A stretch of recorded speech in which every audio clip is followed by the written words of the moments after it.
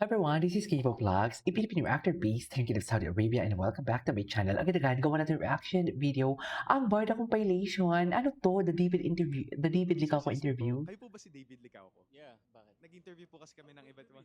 School of Discarte? Yes po, sir. Ano, big Ay, parang matagal na to. Thank you, sir. Ba't kayo Thank you. nandito? Sir, okay lang po ba kayo may interview? Siyempre, Sige iba po nga. yung industry nyo. Baka Tingnan pwede natin. tayo makapagbigay kahit konti lang sa mga viewers natin. Yeah, for sure. Ikaw pa. Idol ko to eh. Gusto mo dun sa... Idol kita. Okay, sige po. Apo. Relax tayo. Mas maganda po. Taray. Para po sa mga hindi nakakalam, sir, ano po yung industry natin? I'm in the entertainment industry and F&B, food and beverage. Ano po yung F&B. pinakamalaking kinita natin sa isang taon? Hirap Oh my tanong mo, God. Pare, ah. Saan ba? Tan- Sa entertainment or sa... Sa lahat, sir. Sa lahat. Gusto mo hulaan? 10 million? Higher. Oh my siguro. God! Higher, yeah. 50? Somewhere... ikaw na lang siguro. Ang profit niya, Gano'n na po ba tayo katagal 50 sa showbiz million. at saka sa Can you just pag-business? imagine that? Showbiz, I started 2017. Business naman 2019. So, halos magkasabay lang, no? 2 Ah, years magkasabay lang pala.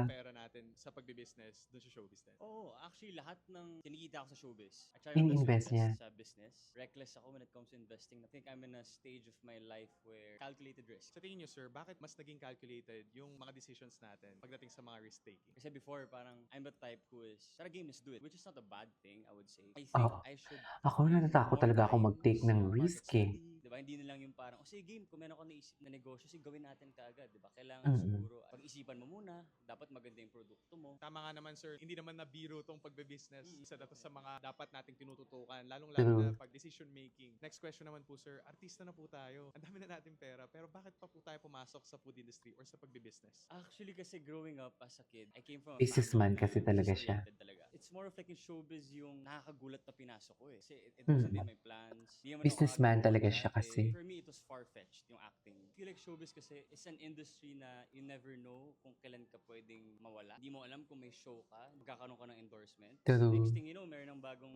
David leading Licao. man, bagong David Licao ako, di ba? So I think it's True. wise to like invest your money in business. May mga ganito talagang klaseng industry. Parang basketball din. Hindi natin alam kung kailan tayo may injured. Mas okay nang meron tayong pansarili natin na magkakaroon tayo na okay na income. Ang dami niyo pong hinahawakan tao, sir. Paano po kayo nakakahanap ng designated or tamang tao para sa task o sa business niyo? To be honest with you, it's been a challenge of mine. Actually, hindi lang ito yung negosyo ko. I have another food and beverage brand, Kuya Korea. So I have 3 branches. And ito, dalawa yung branches ko. The one in Molito and here in Opus Mall. And I also have yung mga sideline na construction. Ito actually yung pain point ko sa pagnenegosyo. Especially now na like yung showbiz ko is up there. And business ko is like going up also. Before kasi, I was used to doing everything. Halos lahat ako, marketing, operation, finance, kausap ng suppliers, purchasing. But now, of course, I'm in this macro state na I have to start delegating. And it's been a problem of mine kasi medyo perfectionist ako. I tend to micromanage. So what I'm trying to learn is become Businessman na Being talaga siya. perfectionist, The way minsan siya it can be a magsalita, very weakness, businessman lalong-lalo na, talaga sir, siya. Kapag nag-handle tayo talaga ng business, no? Kailangan din natin maging isang leader, hindi lang basta business owner. Ilang taon po kayo, sir, nung in-start niyo po tong business niyo? started during the pandemic. Siyempre, at that time, like, lahat tayo was facing uncertainties, di ba? Like, walang trabaho. At that time, wala akong showbiz job. Sabi ko sa sarili ko, what can I do? How can I make this crisis become an opportunity for me? So, what I did was, started studying business. Enroll ako sa London Business School. I had a mentor there. Tinanong niya ako, hey David, how come you don't have a business yet? Can I see your social media usage rate? Chinek ko,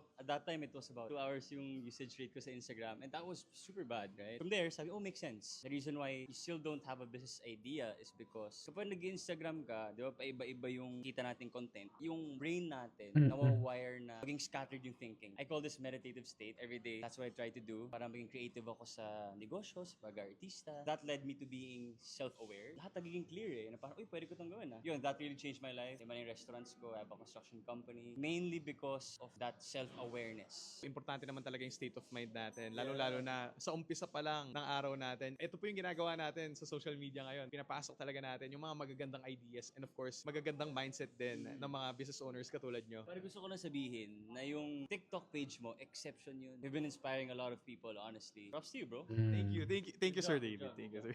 Paano po tayo nag-start mag-business? Ano pa po yung mga industry na pinasok natin way before Ang haba this? pala Actually, nito, ngayon ko lang ito simulan ako sa boxing gym, napanood. Tapos nagkaroon din ako ng franchise ng isang fast food. Tapos nagkaroon din ako Anong ng milk franchise niya na Ang dami fast din. food? Oo, ang dami, which all failed. But failure does not define us. It's a Ano lesson. yung franchise Tuition niya fee, na I would say. fast Mahal na tuition food? good. but still tuition fee. Ang busy po ng schedule natin, sir, lalo-lalo na sa pag-aartista. Gaano po tayo ka-hands-on pagdating dito sa mga business natin? I would say super hands-on. I'm here every day. Palipat-lipat ako ng branches. I would say time management and also remembering why I'm doing this. Kasi ako ang why ko talaga sa buhay is make my 10-year-old self proud. Lalo-lalo na sinabi nyo kanina, sir, no, na bata pa lang kayo, gusto nyo talaga maging business owner. So, saktong-sakto, align naman yung path natin. Next question po, sir, ano po yung trait na meron dapat ang isang artista na na-apply natin as a business owner? Number one would be self-awareness. Because I feel like if you are self-aware, feel like you can do anything and you are more assertive. Number two would be never stop learning. Kahit na tanda na tayo, marami pa rin tayong kailangan matutunan. Number three, be nice to everybody. Because you never know who's gonna help you in the future. Last question po, sir, ano naman po yung biggest lesson na nakuha nyo sa pagpasok sa iba't ibang industry? I would say persistence. I failed so many times before, but that didn't stop me from going after what I want. Hindi ba? Like sobra. Hindi naman to nag-start ng, meron agad kaming restaurant, nag-start kami sa condominium, ako yung kumakausap sa Instagram, i-take ng orders, ako yung naghanap ng supplier, ako yung bumababa sa Grab, ako yung Totoo ba? nag-packaging. Because of persistence, craving to learn, and now second branch na kami. So I'm just really happy. Diba? Sir, no, congratulations. And kailangan Tapos actually inaaway ipas ninyo ginagawa natin. And I ang feel business na niya itong from ginagawa natin scratch. As a business owner, ito talaga yung passion natin. Bukod doon sa pag-aartista. Anyways, ay hello, David Cauco, Viva One Series. Ano to? Senta na. Eh, kanya ba talaga dapat Ginoo? Ginoo, why so hot? Ito Chari. yung gusto mo sagutin yung question ko. Kasi recently Oh, si Barbie is inuugnay nyo kasi lahat. Charis! na yung Bakit nyo naman kasi iuugnay? the best one he had. Hindi ganun. Anong comment mo about it? Talaga? Talaga? Yun na lang talaga yung comment niya. Talaga. Ako, I'm just really grateful for Yun na lang talaga yung comment niya. Talaga.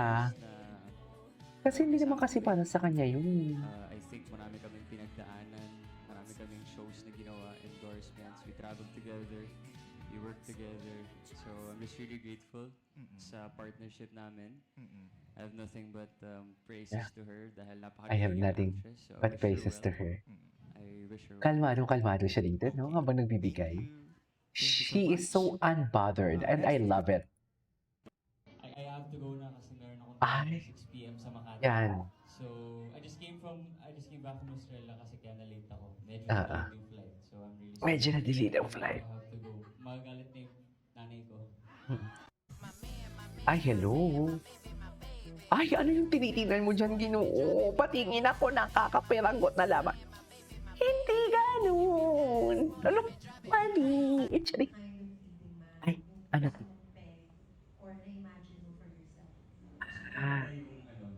Itaewon class, si Park Seo-yoon. Itaewon class. Tama. Gusto kong panoorin yan.